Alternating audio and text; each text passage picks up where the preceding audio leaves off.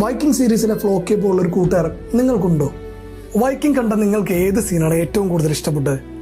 ഞാൻ പറയട്ടെ, റാഗ്നർക്ക് വേണ്ടി തിരിച്ചൊന്നും പ്രതീക്ഷിക്കാതെ ബോട്ടുകൾ ഉണ്ടായി കൊടുത്തു. റാഗ്നർക്ക് വേണ്ടി അയാൾ ആരെയും കൊല്ലാനും ഉപേക്ഷിക്കാനും തയ്യാറായിരുന്നു. തന്റെ ഭാര്യയെക്കാൾ ഏറെ റാഗ്നറെ ഇഷ്ടപ്പെട്ടു.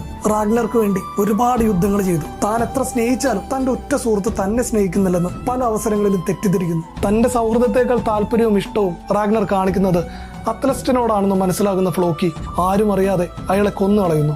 ഒടുവിൽ അവസാനത്തെ യാത്രയ്ക്ക് റാഗ്നർ തയ്യാറെടുക്കുമ്പോൾ തന്റെ പ്രിയപ്പെട്ട ഫ്ലോക്കിയുടെ അടുത്ത് വന്ന് പറയുന്ന ഒരു രംഗമുണ്ട്. ജീവിതകാലം മൊത്തം ഈ ഒരു വാക്കിന് വേണ്ടി റാഗ്നറിന് ചുറ്റും ഒരു ഉപഗ്രഹം പോലെ കറങ്ങിയ ഫ്ലോക്കി ലോക സിനിമയിലോ വെബ് സീരീസിലോ ഞാൻ ഇന്ന് വരെ കേൾക്കാത്ത ഏറ്റവും അണ്ടർറേറ്റഡ് ഐ ലവ് യുകൾ പിറന്നു.